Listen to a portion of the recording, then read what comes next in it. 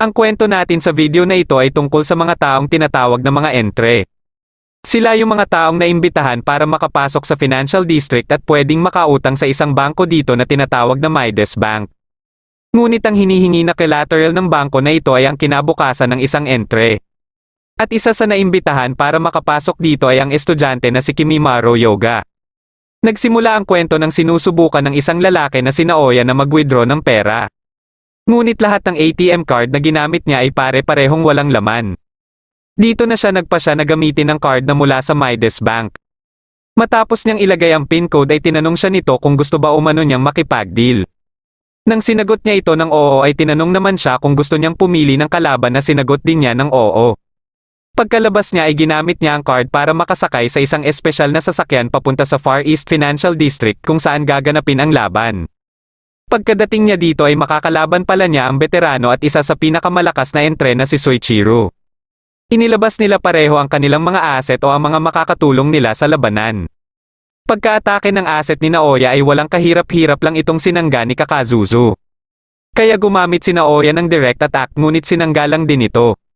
Pinayuhan siya ni Soichiro na magsugal na lang umano pero mas gusto ni Naoya na makipagdeal dahil kailangan niya na ng pera. Ilang sandali lang ay nagulat na lang siya na nasa harapan niya na pala si Soichiro at natalo na din ni Kakazuzu ang asset niya.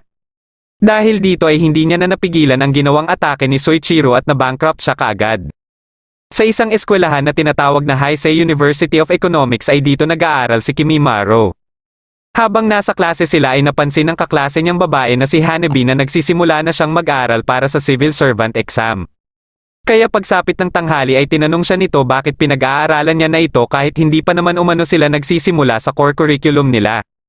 Ilang sandali lang ay dumating dito ang dalawa nilang kaklase para imbitahan siya sa inuman kinabukasan na kaagad naman niyang tinanggihan. Dahil sa pagkamatay ng kanyang ina at bigla ang pagkawala ng kanyang ama ay mag-isa niyang tinataguyod ang kanyang pag-aaral. Kaya katatapos ng klase ay nagtatrabaho siya sa dalawang convenience store para sa pang-araw-araw niyang gastusin at mga bayarin sa eskwelahan. Ito ang dahilan bakit gusto niyang makapagtrabaho sa public sector at naniniwala siya na sa lagay ng kanilang ekonomiya ay hindi na maganda pa kung sa pribadong kumpanya siya magtrabaho katapos niyang mag-aral. Pagkalipat niya sa kabilang convenience store ay binisita siya ni Hanabi para ibigay ang notebook na dapat niyang pag-aralan para sa test na gaganapin kinabukasan na nakalimutan niya. Bilang pasasalamat ay balak niya sanang ilibre si Hanabi ngunit hinihintay na pala ito ng nobyo nito. Pagka-uwi niya ay kaagad niyang pinag-aralan ang ibinigay na notebook ni Hanabi. Makalipas ang ilang oras ay nakatulog siya hanggang sa magising siya nang marinig ang kumakatok. Pagkabukas niya ng pinto ay nakita niya ang isang lalaki na nagpakilalang si Masakaki at mula umano siya sa Midas Bank. Gusto sana nito na makausap siya paano mag-manage ng kanyang pera ngunit pinagsarahan niya ito kaagad ng pinto. Nagulat na lang siya nang makita na nasa loob na ito ng kanyang bahay kaya pinalabas niya ito ulit. Nang babalik na siya sa kanyang mesa para mag-aral muli ay bigla na lang nagbago ang buong paligid at nakita niya muli dito si Masakaki. Ayon kay Masakaki ay nasa loob siya ng lugar kung saan hindi ito apektado ng oras kaya pwede siyang mag-aral dito na hindi niya nagagamit ang oras niya sa realidad. Kaagad naman siyang nagpatuloy sa pag-aaral habang ipinapaliwanag ni Masakaki ang totoong pakay nito sa kanya.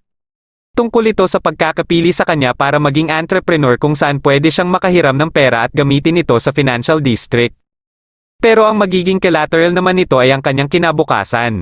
Dahil sa pera na pwede niyang makuha ay napaisip din siya dito at nang tinanong niya na si Masakaki kung sino ba talaga ito ay dito na siya nagising. Lumabas siya ng bahay para tingnan ang kanyang account at nagulat siya na may nadagdag dito na 500,000. Kinabukasan habang nasa eskwelahan na siya ay nagulat ang kanyang mga kaklase nang sabihin niya na pag-iisipan niya kung makakasama siya sa inuman. Kaya kinagabihan nang sinubukan niyang mag-withdraw ng 10,000 para sana sa inuman nila ay dito na siya nakarinig ng boses ni Masakaki at nakita niya din ang logo ng Midas. Patuloy siya nitong inaakit sa mga pwede niyang gawin gamit ang pera at nagpakita muli ito sa kanya. Hanggang sa mas alin na sa usapan ang kanyang ama na ikinagalit niya kaya sinubukan niya itong suntukin ngunit bigla itong nawala. Dito na siya pinakitaan ng card ng invitation para sa financial district at ilang sandali lang ay may nakita siyang isang babae. Katapos ay nagulat na lang siya na nasa sasakyan na siya kasama si Masakaki. Dinala siya nito sa sentro ng financial district o sa Midas Bank Plaza. Nakita niya dito ang mga tao na may utang din sa Midas Bank kaya ipinaliwanag na din ni Masakaki sa kanya ang tungkol sa transaksyon na tinatawag na deal. Nang mapansin siya nila Soichiro ay napasabi ang mga ito na baka hindi siya magtagal dito dahil sa hitsura niya. Itinuro sa kanya ni Masakake ang kanyang makakalaban sa una niyang deal na si Tsutomu at katapos ay tinuruan din siya nito papaano palabasin ang kanyang asset. Isa itong babae na nagngangalang Mashu at baguhan din kagaya niya. Bigla na lang siyang sinuntok nito dahil hindi nito nagustuhan ang ipinapakita niyang reaksyon. Pagkasimula ng laban ay naunang umatake ang asset ng kalaban na si Gig kaya kaagad siyang inihagis ni Mashu. Ngunit inatake naman siya ni Tsutomu at buti na lang ay nasangga pa ito ni Mashu. Muling umatake si Gig hanggang sa magawa nila Kimimaro na makapagtago sa isang eskinita. Gumamit si Gig ng isa nitong teknik na pilit sinasangga ni Mashu para maprotektahan si Kimimaro. Habang pinapanood ng karamihan ng kanilang laban ay napansin naman ni Soichiro na nahihirapan ang veterano na talunin ang isang baguhan. Nang makalayo muli sila Kimimaro kina Tsutomu ay nakiusap ito kay Mashu na turuan siya paano lumaban. Bigla silang inatake ng kalaban kaya nagtamo na naman ng pinsala si Mashu. Nang inihahanda na nila Tsutomu ang susunod nilang atake ay tinuruan ni Mashu si Kimimaro paano gamitin ang Mesoflation. Dahil dito ay nagkaroon ng malakas na kapangyarihan si Mashu at nagamit nito ang Scorched Earth. Sa sobrang lakas nito ay nadamay din nito ang mga gusali na nadaanan nito. Hindi makapaniwala ang mga manonood sa nakita nila at dahil natapos na ang oras na malaki ang lamang nila Kimimaro kina Tsutomu ay sila ang nanalo sa deal. Kagad naman siyang binati ni Masakake sa kanilang pagkapanalo at tinanong niya din ito kung nasaan si Mashu. Matapos sabihin sa kanya ni Masakake na okay lang si Mashu ay nawala naman siya ng malay dahil sa sobrang pagod.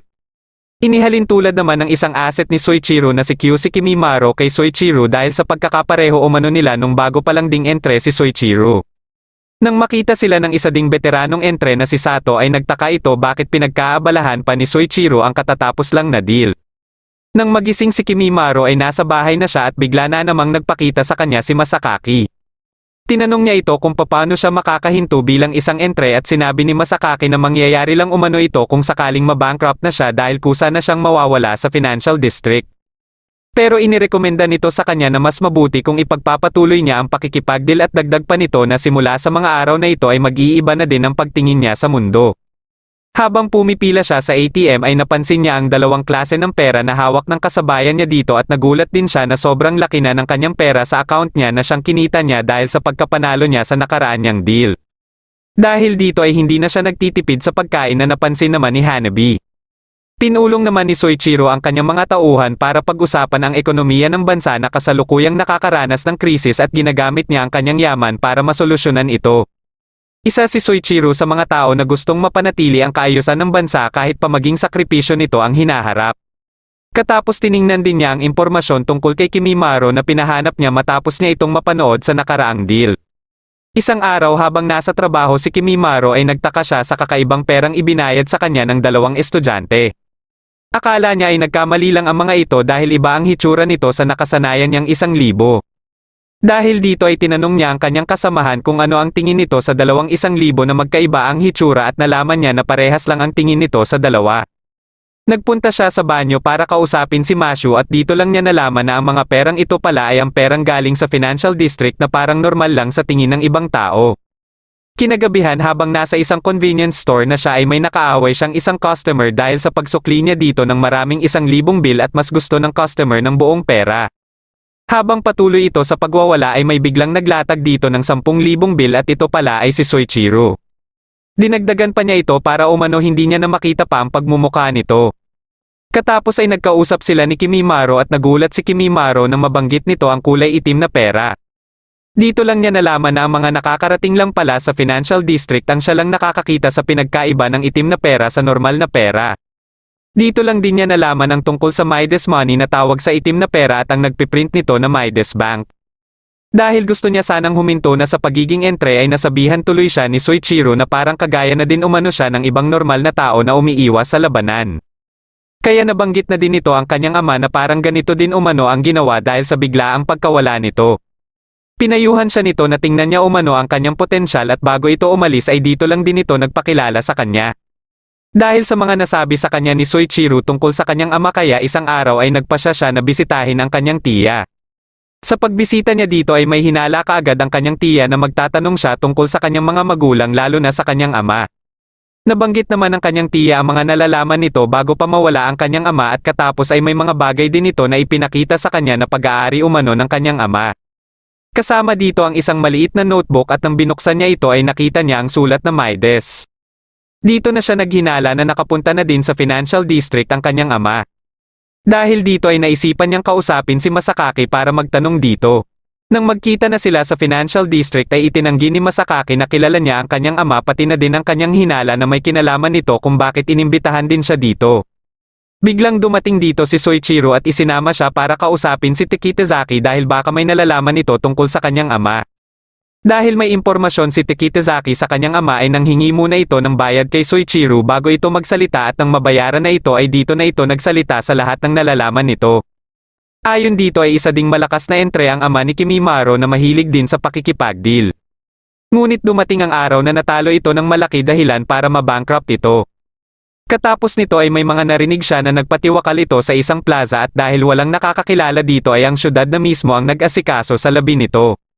Matapos ang pakikipag-usap nila kay Tikitazaki ay nag-usap muna sila ni Soichiro. Dito ay naikwento din ni Soichiro ang tungkol sa kanyang ama at ang pagpapabaya nito sa may sakit niyang kapatid para mapalago ang kumpanya nito. Kaya nung makalikom na siya ng sapat na pera sa kanyang pakikipagdeal ay matagumpay niyang nakuha ang kumpanya ng kanyang ama.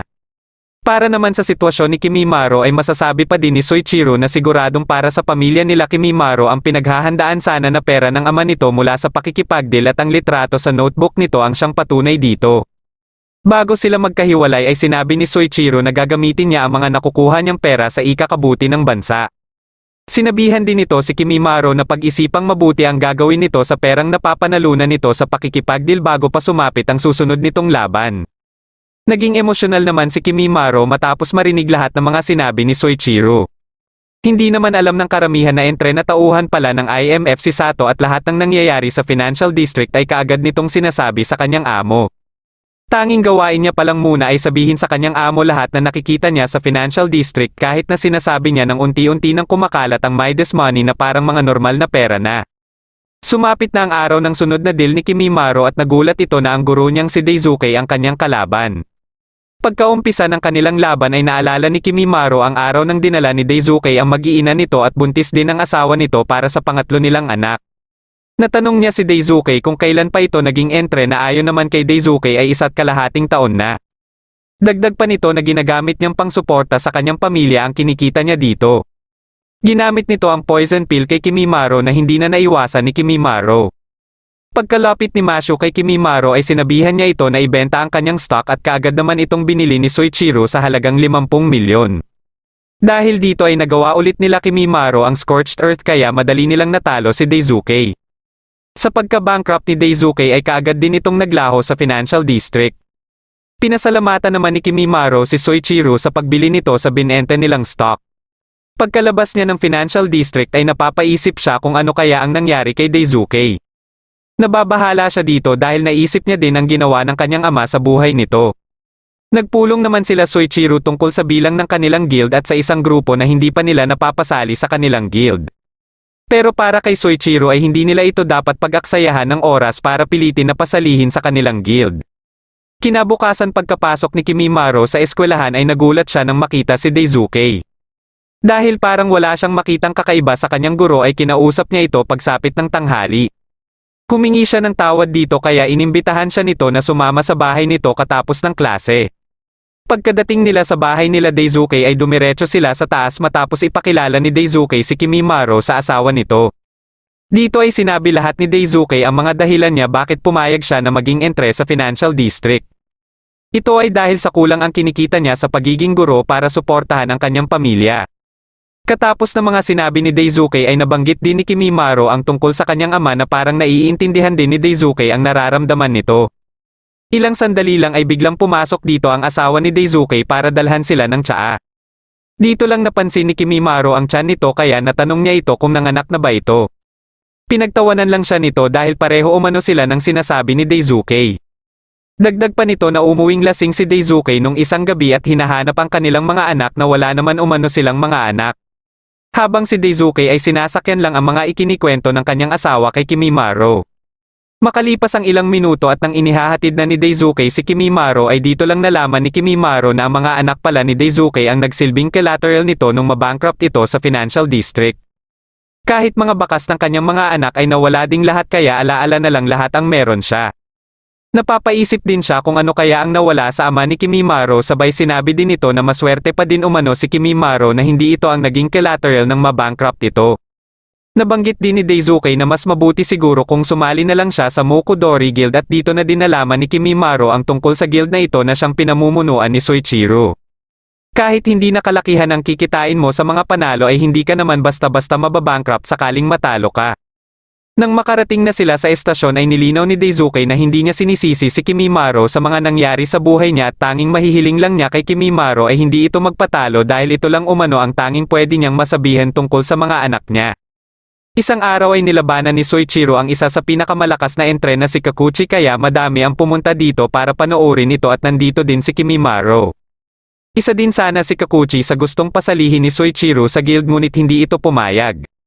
Pagkaumpisa ng laban ay naging agresibo kaagad sila Kakuchi at ang asset nitong si Hearst habang sila Soichiro naman ay dumadepensa lang. Ilang sandali lang ay nagbenta ng stock si Kakuchi at binili naman ito ng binuong sindikato nito dahilan para umabot sa mahigit 36 na bilyon ang balanse nito na doble kay Soichiro na nasa 15 bilyon lang. Nagawa ni Soichiro na mapuruhan si Kakuchi ngunit nagantihan din siya kaagad nito. Dito na inilabas ni Soichiro ang isa niyang asset at pinunterya ang main body ni Hearst. Gamit naman ang kapangyarihan ni Q ay matagumpay niya nang natalo si Kakuchi. Katapos ay nilapitan nito si Kimimaro at dito lang nalaman ni Kimimaro na hindi pa pala bankrupt si Kakuchi dahil alam ni Soichiro na malaki ang magiging epekto nito sa bansa kung gawin niya ito dahil isa ito sa pinakamayamang tao sa realidad. Kahit na namangha si Kimimaro sa lakas na ipinakita ni Soichiro ay parang hindi niya pa din gusto na matulad dito. Pero sinabi din niya na susubukan din niya ang ginagawa nito dahil ayaw niya ding maging dahilan para maghirap ang mga taong nakapaligid sa kanya. Sumama siya sa base ng Mokudori Guild at ipinakita ni Soichiro sa kanya kung paano nila tinatalo ang mga nakakalaban nila. Para mabawasan ang epekto nito sa realidad ay sinusubukan nilang manalo sa kaunting kalamangan lang. At para magawa ito ay kinukuha nila ang mga impormasyon ng kanilang kakalabanin. Maliban dito ay marami pang nalaman si Kimimaro sa mga ginagawa ng guild na may kinalaman sa ekonomiya ng bansa. Sinubukan naman nila Kimimaro na gayahin ang ginagawa nila Soichiro sa sumunod nilang laban. Pagkaumpisa ng laban ay nagawa ng teknik ng asset ng kalaban na si Barbarossa na makulong si Mashu. Sinusubukan nila pareho na butasan ang pinagkulungan ni Mashu ngunit nahihirapan sila dito. Sinamantala naman ito ng kalaban at inatake si Kimimaro ng direct attack.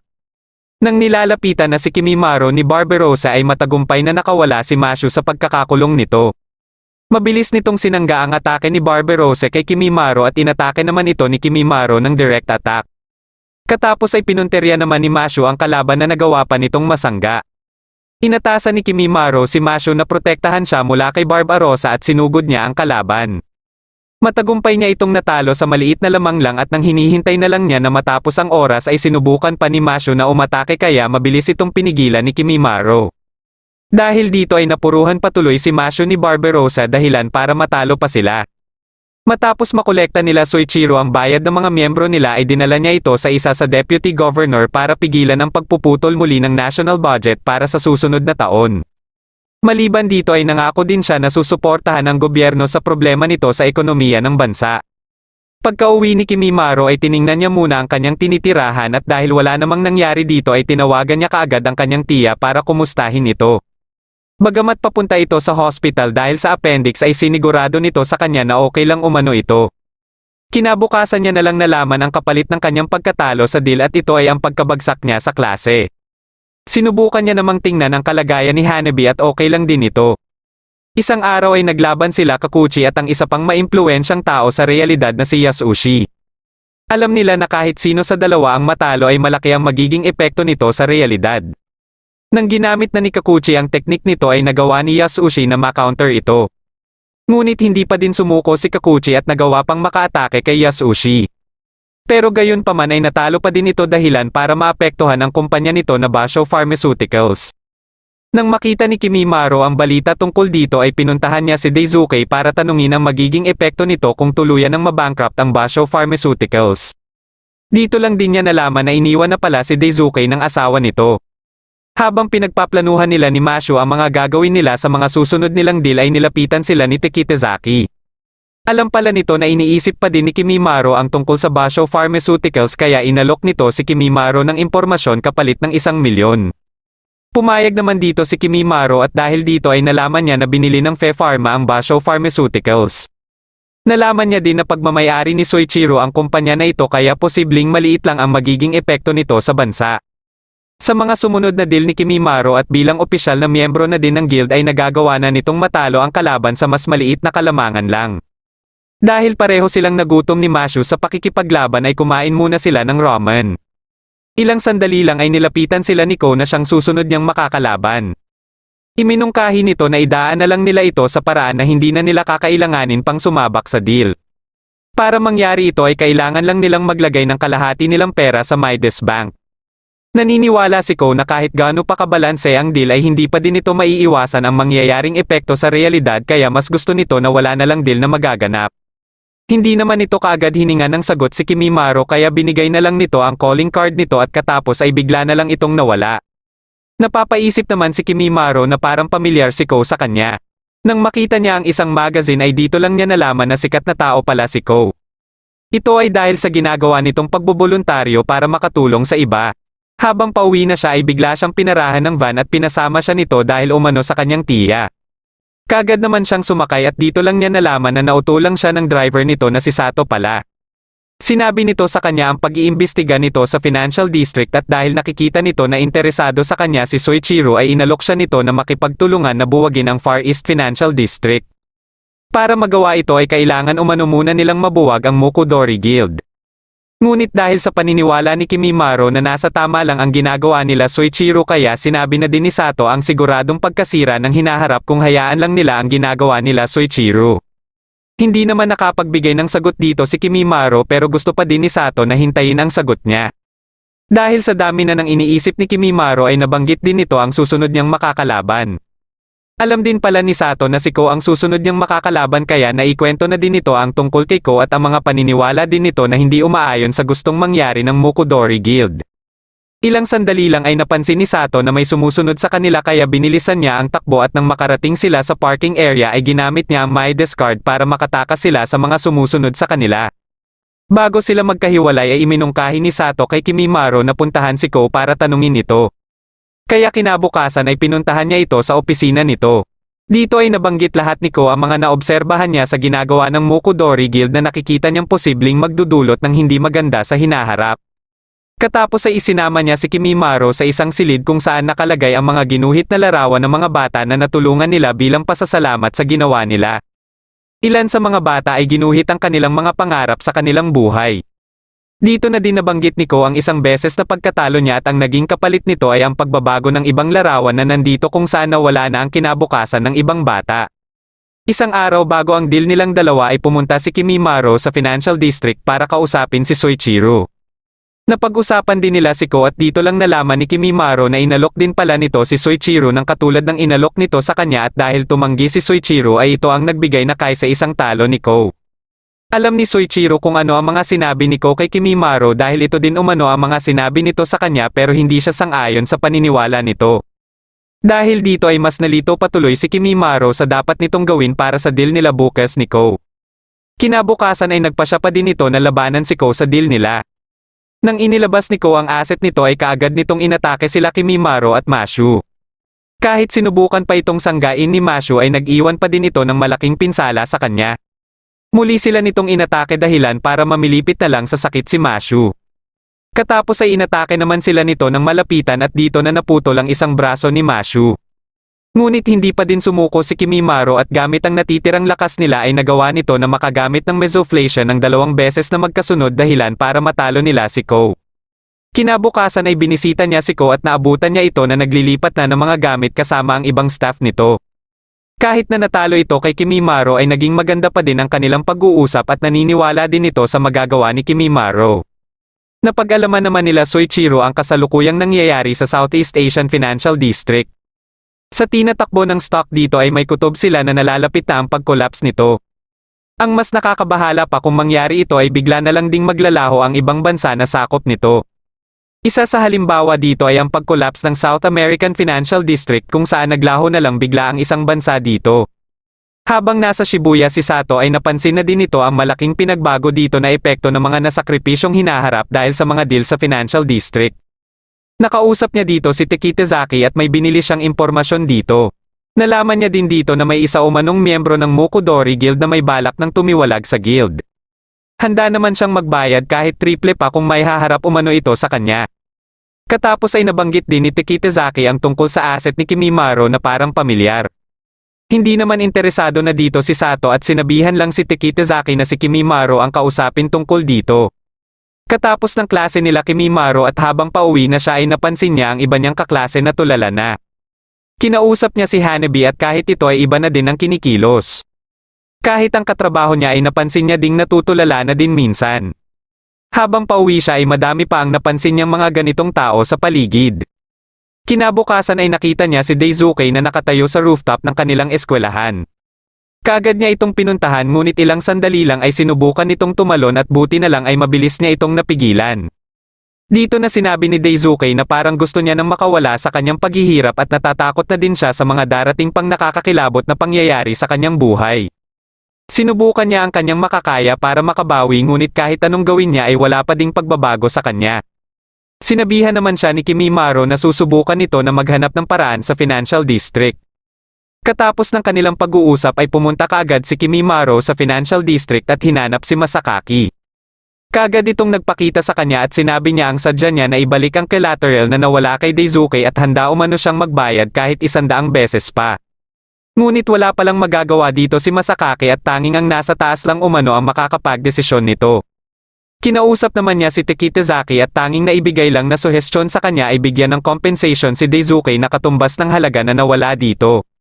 Habang nasa tren si Sato ay nakausap na nito ang miyembro ng Mukudori Guild na sinasabi ni Takitazaki at ito pala ay si Isurugi.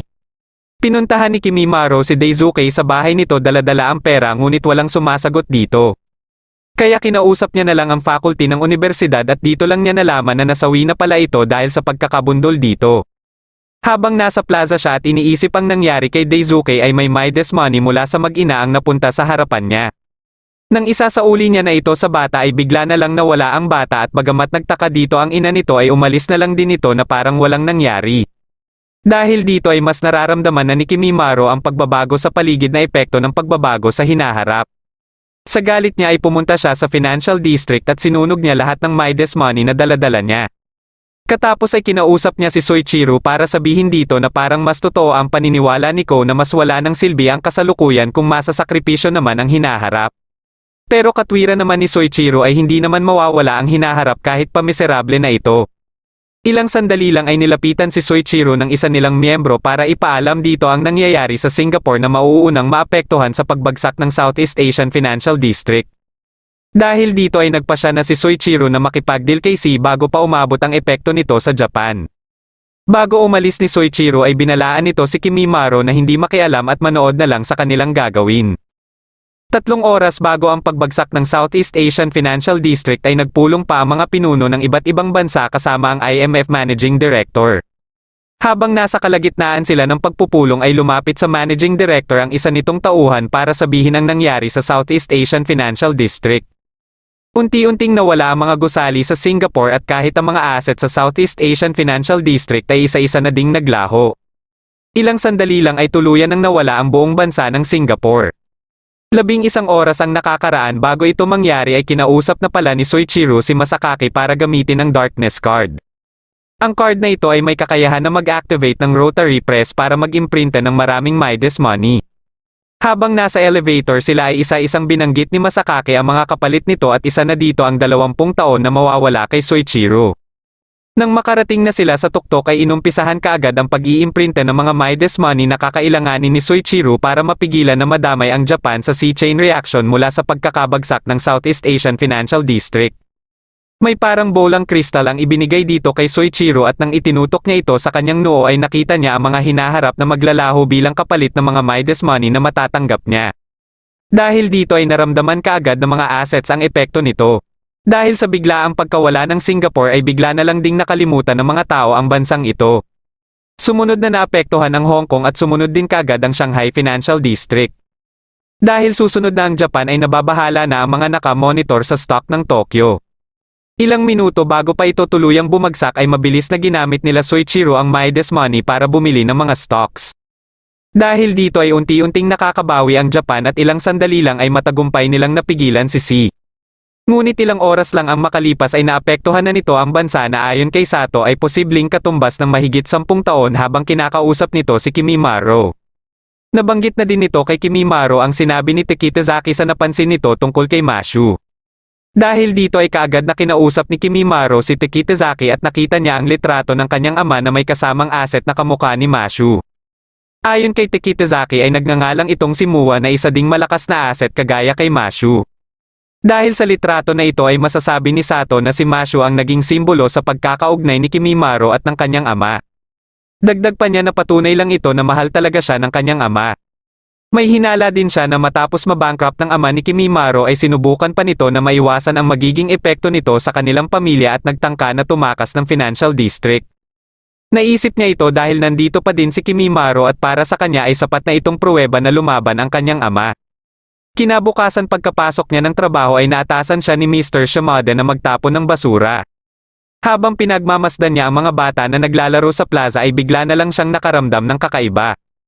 Katapos ay nagulat na lang siya na bigla na lang nag-iba ang plaza at kahit ang iba ding lugar ay bigla na lang ding nagbago. Kaagad niyang pinuntahan si Mr. Shimada at naabutan pa niya ito na unti-unti na ding naglaho. Pinuntahan naman niya si Hanabi para tingnan ang kalagayan nito at bagamat nandito pa ito ay napansin niya kaagad na parang may problema na din ito. Kaya kinausap niya na si Sato at nagpasya sila na bawiin ang hinaharap na nawala dahil sa ginawa ni Soichiro. Nakita naman nila Soichiro ang ginagawa ng US para mapigilan ang C-chain reaction dahilan para bumagsak ang ibang pera. Alam ni Soichiro na isang entre ng North American Financial District ang isa sa nasa likod nito. Dahil dito ay muli na namang mararamdaman ng Japan ang problema na katulad ng pagbagsak ng Southeast Asian Financial District. Kaya nagpa siya muli si Soichiro na gamitin ang Darkness Card para maisalba ang kasalukuyang magiging epekto at isakripisyo na naman ang hinaharap. Nang malaman ito ni Sato ay kaagad nitong kinausap si Kimimaro. Dito na nalaman ni Kimimaro ang tungkol sa Darkness Card at tanging si Soichiro lang ang meron nito sa Far East Financial District. Dahil dito ay si Soichiro lang ang tanging may kakayahan para i-activate ang Rotary Press. May naisip naman na paraan si Sato para mapigilan ito. Ayon dito ay napansin niya ang ilang oras na pagitan matapos ang pagpasok ng Midas Money sa market at sa pagkawala ng hinaharap. At ang ilang oras na ito ang gagamitin nila para makipagdeal kay Soichiro at i-bankrupt ito. Kung makuha na nila ang Darkness Card ay gagamitin nila ito para ma-reverse ang Rotary Press. Sa pamamagitan nito ay maibabalik nila ang Midas Money at maisasalba ang hinaharap. Kahit na maraming pera si Soichiro ay may kahinaan pa din ito.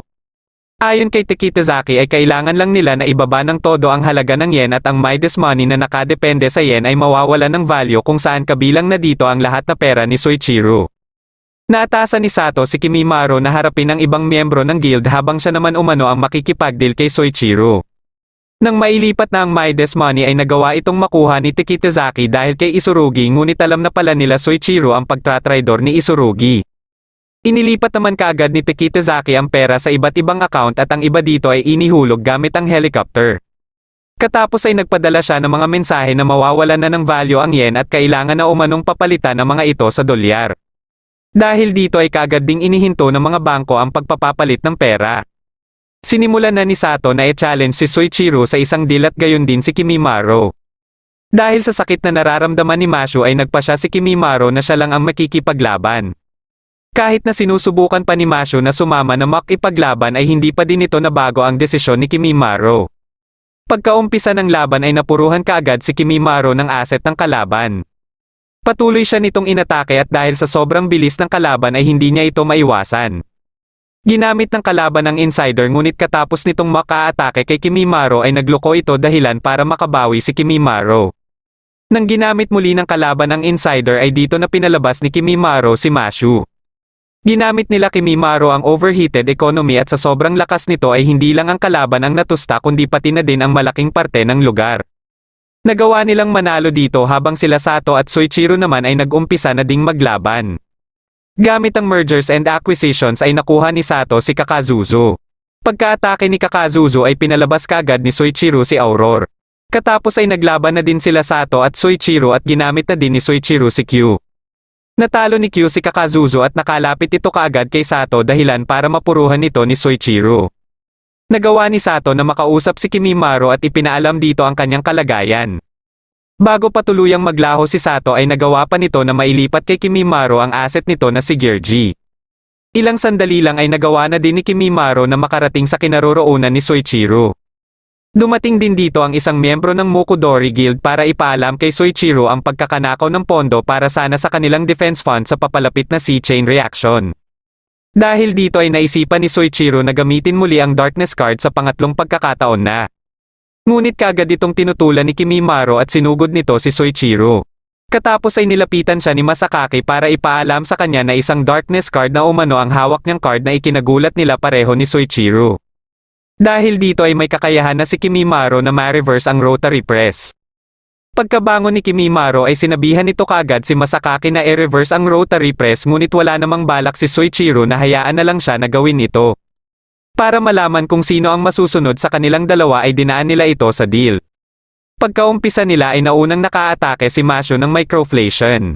Gumanti naman si Soichiro at inatake nito si Kimimaro kaya tinulungan ito ni Mashu. Mabilis na nagpalit ng pwesto sila Mashu at Georgie at ginamit ni Kimimaro ang mesoflation para magamit ang kakayahan ni Georgie na maging clone ni Kimimaro. Pero hindi pa din ito naging sapat para makalamang kay Soichiro at habang inaatake ni Aurora si Georgie ay inilabas ni Soichiro si Q para atikihin din ito kaya mabilis itong pinagpalit ni Kimimaro kay Mashu. Sinabi ni Soichiro kay Kimimaro ang plano sana nito na gagawin niya umano itong successor niya dahil akala niya ay pareho sila ng paniniwala. Ginamit nito ang economic blockade at ginamit naman nila Kimimaro ang overheated economy ngunit naunahan sila ni Q. Sinamantala ito ni Soichiro at inatake si Kimimaro ngunit biglang na-disable ang atake ni Q. Kaagad na pinasugod ni Kimimaro si Mashu kay Q habang sila ni Soichiro naman ay patuloy na naglaban gamit ang direct attack nila pareho. Nagawa ni Soichiro na mapuruhan si Kimimaro at kahit si Mashu ay nahihirapan na din kay Q. Matapos mapabagsak ni Q si Mashu ay nagbago ang hitsura nito at naging kamukha na ng kapatid ni Soichiro na si Takako. Kaya nang inuutusan na ito ni Soichiro para atikihin si Kimimaro ay nagulat na lang ito sa nakita niyang anyo ni Q. Nagkaroon ng pagkakataon si Kimimaro na makasugod kay Soichiro at sinabayan naman ito ni Soichiro. Ngunit bigla na lang naglaho ang kanilang mga sandata dahil sa pagsasara ng market at naging dahilan din para ang mga Midas money sa realidad ay unti-unting maglaho. Nagawa pa ni Kimimaro na mapuruhan ng suntok si Soichiro at wala nang nagawa si Soichiro sa C-chain reaction. Ngunit dahil sa pagkawala ng halaga ng Midas money sa Japan ay hindi na ito naapektuhan ng chain reaction kaya nagulat dito ang mga nasa IMF. Tinanggap naman ni Soichiro ang pagkatalo nito at hinayaan na lang si Kimimaro sa gusto nitong gawin. Kaagad na pina-reverse ni Kimimaro ang rotary press para bilhin muli ang nawalang hinaharap. Nang maisagawa na ito ay naglaho na din si Q at matapos magpaalam ni Mashu kay Kimimaro ay naglaho din ito. Katapos ay umepekto na din ito sa buong bansa kaya nabalik na sa normal ang sigla ng paligid. Ilang sandali lang ay biglang nagising si Kimimaro sa isang lugar at may nakausap siyang isang tao na kasama sila Masakaki at iba pang kagaya nito. Kasabay ng pagkawala nila ay ang tuluyang paglaho na din ng Far East Financial District. Nagising muli siya sa isang plaza kung saan makikita ang pagbabalik ng sigla ng kapaligiran. Habang naglalakad-lakad ay napansin niya na puro dolyar na ang presyo na nakalagay sa mga tindahan. Pagkabalik niya sa plaza ay dito niya na nakita si Hanabi kasama ang maraming bata. Isa na pala itong guro at kahit gusto niya na tawagin ito ay hinayaan niya na lang muna ito. Dito na nagtatapos ang huling episode ng Control the Money and Soul of Possibility. Kung nagustuhan mo ang ating kwento ay huwag kakalimutan mag-like at mag-subscribe na din para malalaman mo kaagad kung may bago akong video. Maraming salamat sa panunood at shoutout na din kina